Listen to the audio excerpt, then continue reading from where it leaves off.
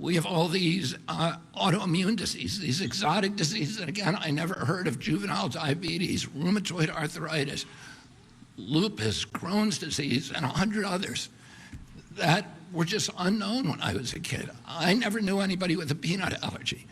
I never knew anybody with a food allergy. Why do 5 of my 7 kids have allergies? I never knew of anybody who had eczema. I knew of a very small number of children who had asthma, but that has exploded as well today. And our fertility is dropping dramatically. Teenagers in this country today have the same testosterone levels as 68-year-old men. Our girls are reaching puberty 6 years early, from 10 to 14 years old. And this is existential for our country. And we have to address it.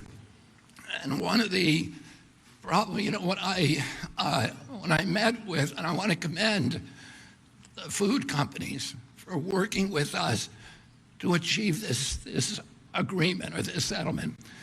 And when I went in a few months or about a month ago to meet with the food companies, I was talking with my staff about these petroleum-based dyes, and I said, if they want to add petroleum, if they want to eat petroleum, they ought to add it themselves at home.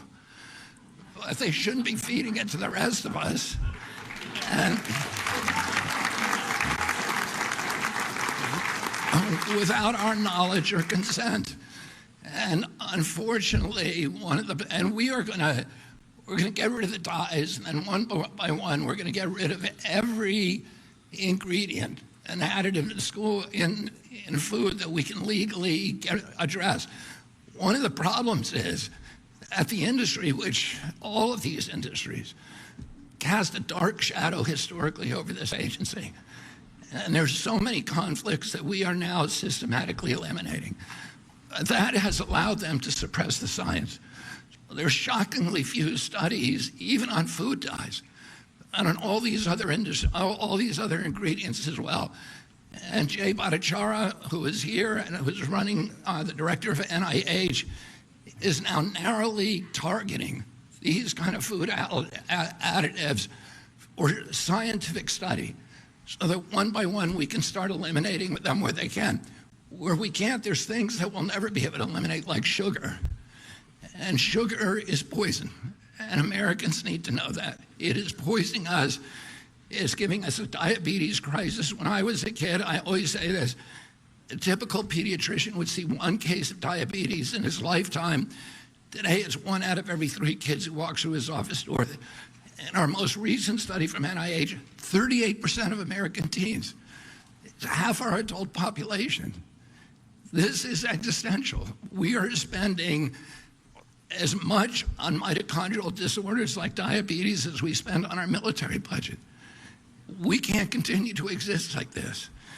And the problem is industry is making money on keeping us sick. As Jay pointed out, ADHD is associated with all these behavioral disorders. But those disorders are treated not by changing our diet, but providing medications to treat our kids. And they get medicated, and that's the only solution. And, I would point out that there is part of the etiology of these diseases is a kind of media malpractice, a mass psychosis that has our media not talking about this. And one of the possible reasons for that is the amount of money that's coming from the pharmaceutical companies into our media and from these food companies, or the advertising.